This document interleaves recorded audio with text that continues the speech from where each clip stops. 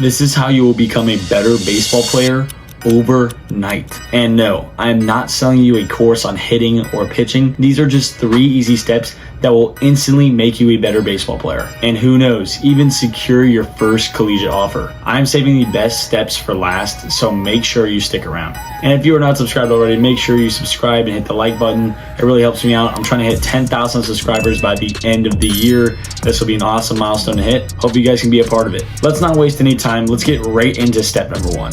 The first step for you is to be a great teammate. This is not a solo game. You have 8 other teammates with you the entire time. You need to be their biggest supporter. I'm not saying yelling at the pitcher or being obnoxious, but I'm saying if they get out or they have a good at bat, you need to be the first person to the dugout to thank them or just cheer them up. Be like, hey man, great at bat. Go get him next time. Because this is super important to team chemistry, which will help you win a lot more games. If you look at the best teams, they are all great friends. They have a lot of team chemistry, and this is why they win so much, because they trust each other and they're just great teammates to each other. If you are a great teammate, you will help your team win 10 times more than if you were a terrible teammate. And by a terrible teammate, I mean you're not picking your teammates up, you're being disrespectful to them, and this is the most important, you're taking yourself out of the game after a bad at bat or an error. You have to keep your head up high, and we will talk about this later in the video. Step number 2. Get loaded in your back hip. Getting loaded in your back hip is essential to baseball mechanics, whether you're hitting, you're fielding, or even if you're pitching. If you look at the best players in the major leagues, you see that they all get loaded in their back hip. This is where your power comes from, where your velocity comes from. Everything comes from your back hip, and if you don't load into it, then there is no possible way you can hit a ball out of the park or throw a ball 90 miles an hour. And I'm not telling you to be obnoxious with it. I'm not telling you to be just over the top loaded like Aaron Judge or Kerry Carpenter, because these swings only work with specific players. What I am telling you to do is you have to get hands into your back hip just enough for you to be comfortable, but also getting a lot of power back there. Because ultimately, this is where your power comes from. But just know that getting loaded in your back hip is one of the most essential pieces to baseball. And please do not skip this step. If you're having trouble getting in your back hip, there are some instructional videos I have linked down below that you should definitely check out and maybe incorporate into your next practice or tee drills or hitting or anything like that. Once I started getting loaded in my back hip, I hit the ball so much harder, and I also threw the ball at least 10 times harder, I swear guys. The third and final but most important step of baseball is your mentality. And you can split this up into 2 parts. The first part being is situational awareness. For example, if there's a runner on second and less than 2 outs, what should you do?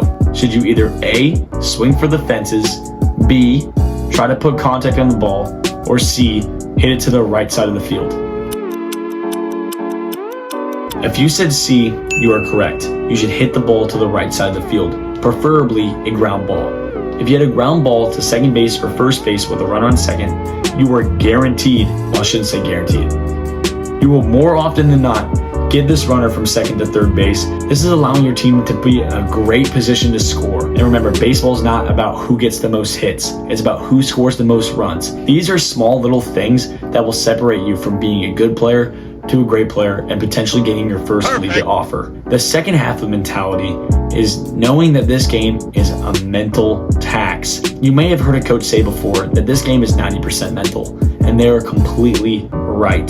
This game is mental warfare. It's you versus you out there, and you have to know how to control yourself. After a strikeout, are you slamming a bat? Are you slamming your helmet? Well, of course, striking out is frustrating, especially with runners on or in a clutch situation. There was no need for you to be throwing your bat and breaking your helmet and contributing to bad morale and bad team chemistry.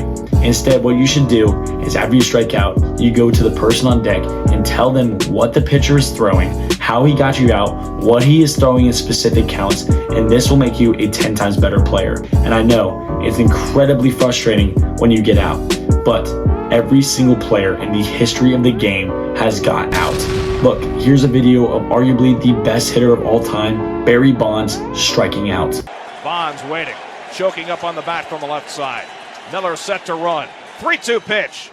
On the inside corner, strike three called. The ball game is over. Franco strikes out Barry Bonds with a 3-2 off-speed pitch, and the Mets have won the ball game. Think about it this way. If you fail 7 out of 10 times, you are batting 300 and having an amazing season. If you're in the major leagues and you're failing 7 out of 10 times, you're a Hall of Famer. There are players that have been selected for the All-Star game this year that are batting 250, which means out of 100 at-bats, they get out 75 times, but they're All-Stars.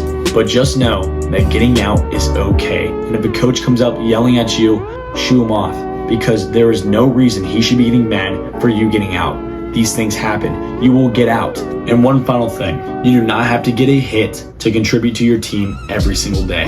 What I mean is, you can go 0 for 3 at the plate, but let's say you're playing outfield today and you make 1 catch, maybe 2, and maybe even if you're having a really good day, you make 3 catches. Just think about that. A whole inning of outs for your team and you didn't even get a hit. If you get an out for your team, that is you contributing to your win. Even if you're pinch running, you stole a base, you got your team in a scoring position, that is you contributing for your team. And one more hypothetical. Let's say you went 0 for 4 and didn't make a single play in the field, but you were being a great teammate, picking your guys up, cheering for your team, and not being a nuisance and slamming your equipment after you get out.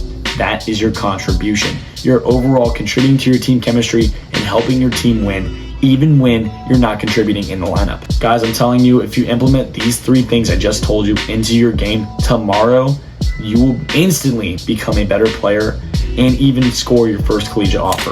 Well, that's it for the video, guys. Thank you guys so much for watching. If you haven't already, please subscribe. It helps me out so much. And like I said before, I'm trying to hit 10,000 subscribers by the end of the year. This is a tremendous goal, but I know we can do it. Thank you guys so much, and I'll see you all next time.